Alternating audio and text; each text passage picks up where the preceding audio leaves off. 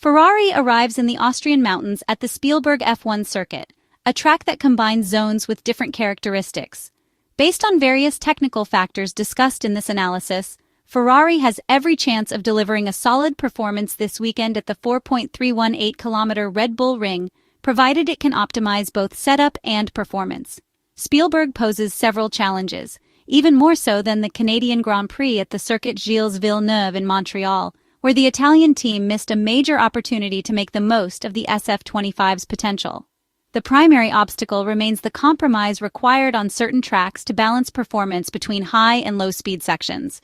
As seen last year, this could create significant difficulties in building a strong baseline setup. In the 2024 edition, Ferrari struggled considerably to find the right balance across the lap.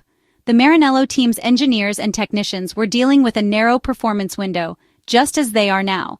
That is an issue the Italian side must avoid at all costs to prevent another disappointing weekend. Although it is one of the shortest tracks on the calendar, the Red Bull Ring packs a series of challenges for teams and drivers, more than it might seem at first glance.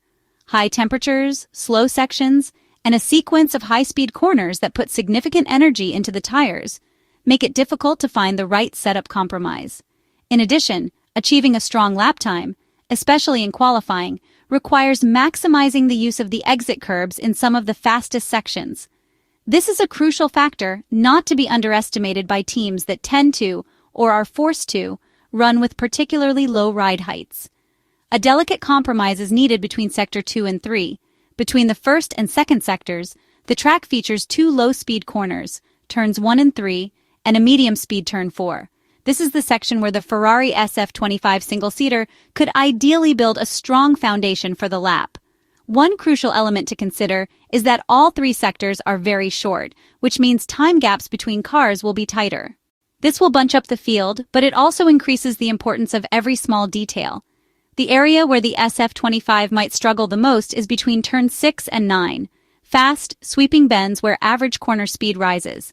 In this key section, McLaren, Red Bull, and even Mercedes are likely to have an edge.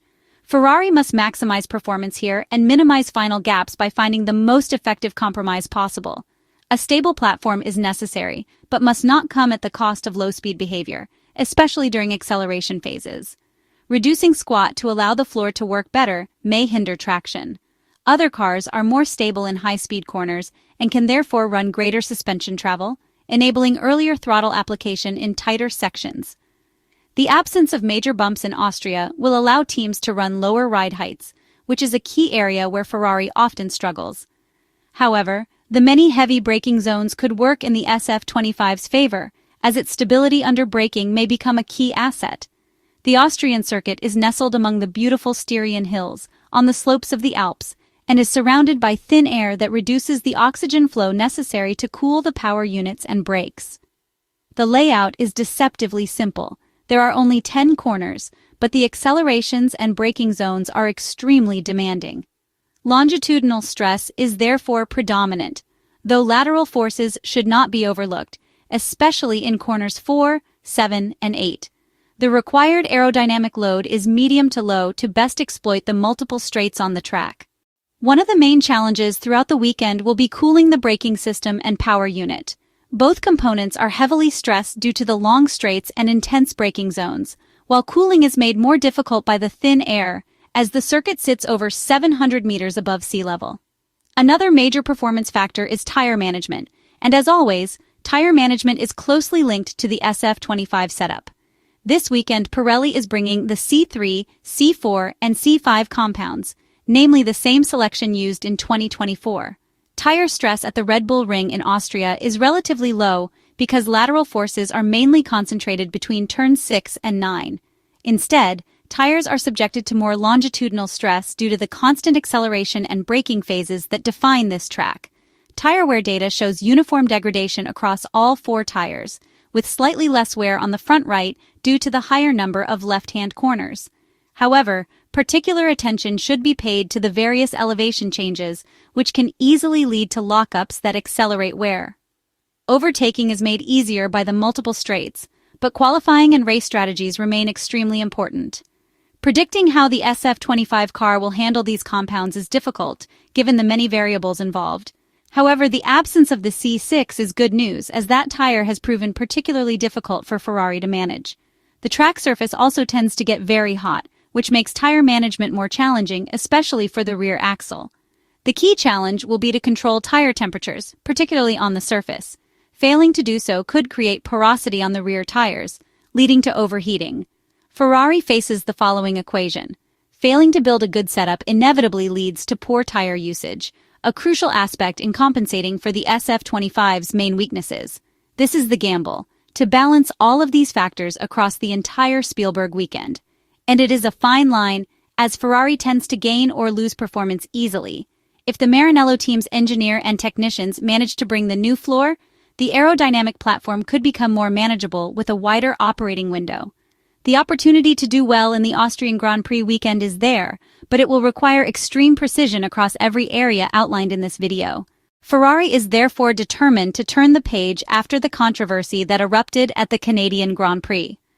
The team has set itself a 4-race window, namely Austria, Great Britain, Belgium, and Hungary, with the clear goal of evaluating the aerodynamic updates that have been under development in Maranello for months, in an effort to rescue a season that has so far fallen well short of expectations.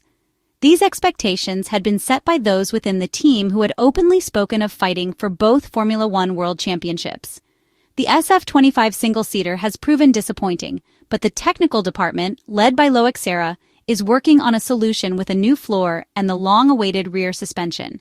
These updates are intended to mitigate the car's main issues, a lack of aerodynamic load and excessive plank wear, which forces the car to run with higher ride heights, resulting in further aerodynamic losses. These upgrades are expected by Silverstone, unless delays occur. Ferrari team principal Frédéric Vasseur chose not to comment in detail ahead of the Austrian Grand Prix, instead offering a general overview of the weekend. The French manager pointed out that the Spielberg circuit is completed in just over a minute, meaning gaps between cars are extremely small and even a few thousandths of a second can make a significant difference. According to the Frenchman, getting all the elements to work together would be crucial. He added that the fact 7 of the 10 corners are right-handers, combined with the considerable elevation changes, made the challenge even tougher. The French team principal remained cautious and avoided any bold statements. He emphasized that the team had been working intensely in Maranello with the goal of bringing together all the key elements required to achieve the best possible performance. Frédéric Vasseur noted that Charles Leclerc, Lewis Hamilton, and the entire team were highly motivated to perform well on a track that often delivers one of the most exciting races of the 2025 Formula One season.